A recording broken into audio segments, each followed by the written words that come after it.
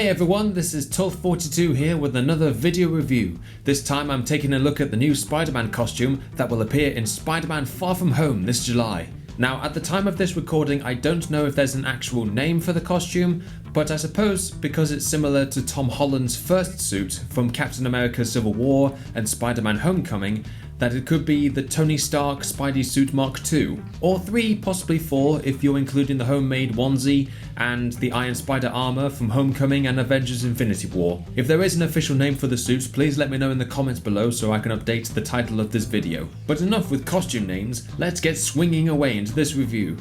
So let's start with the first major difference I spotted, the colour scheme. I'm amazed we finally get to see a Spider-Man costume on the big screen with a red and black colour scheme, as opposed to Miles Morales' Spider-Man, which is more of a black costume with red bits. Not that I'm against the classic red and blue, but it's nice to feel appreciated if you are a fan who enjoys Spider-Man costumes with alternative colour schemes. It makes a great addition to other suits with a red and black colour scheme, such as the infamous Alex Ross design or Superior Spider-Man 2.0 from the comics. There's also much less red on the arms. The red section of the suit usually follows from the chest area all the way to the gloves, whereas on the Far From Home suit the red section stops after the shoulders.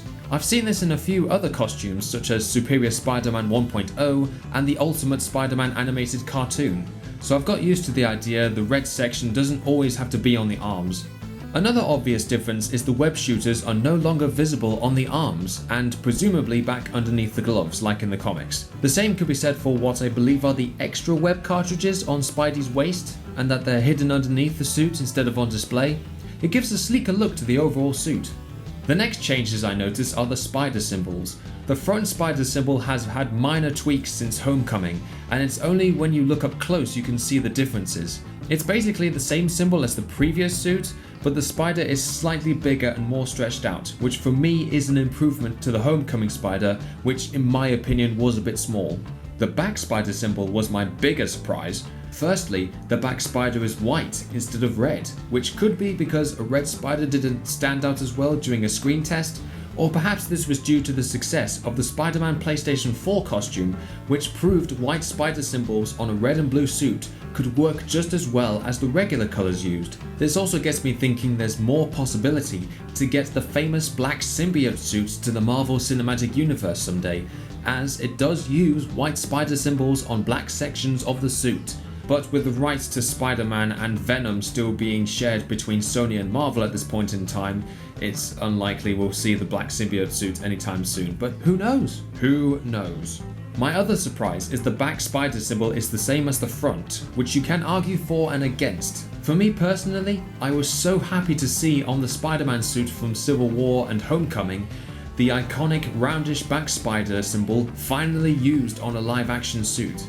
I am referring of course to the spider which is represented as a giant red circle with all 8 spider legs pointing down. I'm sure I speak for quite a few of us who like this particular spider symbol that we were pleased to see this happen. The counter argument is that there is no rule to say the front and back spiders must be different on every costume. So I can see it as a small time-saving decision of not needing to design a second spider symbol when it's easier to use the same symbol on the front and back of the suit. Some of the previous live-action costumes have used different spider symbols on the front and the back, and others have used the same spider for both sides. Better yet, the front and back spiders on Spider-Man's costume were the same in his debut appearance in Amazing Fantasy 15, so there is no right or wrong to the spider symbols being the same or not. The last minor thing I want to discuss is the webbing and the patterns on the suit. The web pattern on the red sections is pretty much unchanged between Homecoming and Far From Home, unless you're looking with a magnifying glass. But the additional patterns in the black sections appear as a series of curved lines. I suppose this idea works because 1, it helps keep the suit looking detailed to professional movie standards, and 2, the curved lines kind of resemble more webbing on the suit, if the webs were spun by a spider very neatly. After all, if this superhero can spin a web any size, there's no reason why he can't spin a web very neatly at the same time. So in conclusion, despite any nitpicks, I do like the Far From Home costume. The suit kind of carries the same vibe as Captain America's blue stealth suit from the Winter Soldier, where the colour scheme ratio is different to the regular suit we're used to, but we still love it anyway as the mask and superhero symbol on the chest is unchanged and you know it's the same character. This suit might even continue the tradition of Tobey Maguire and Andrew Garfield, where the actor's second film has a costume upgrade and potentially stays for the third Spider-Man film. I say again, who knows? Well, if you've made it to the end, thank you for listening to my review. I hope you enjoyed it. What are your thoughts on the Far From Home costume? Let me know in the comments below. Please like this video, subscribe to the channel, and enjoy Spider-Man Far From Home if you do go to watch it in the cinema. Have a great day, and I'll see you in another video. Bye!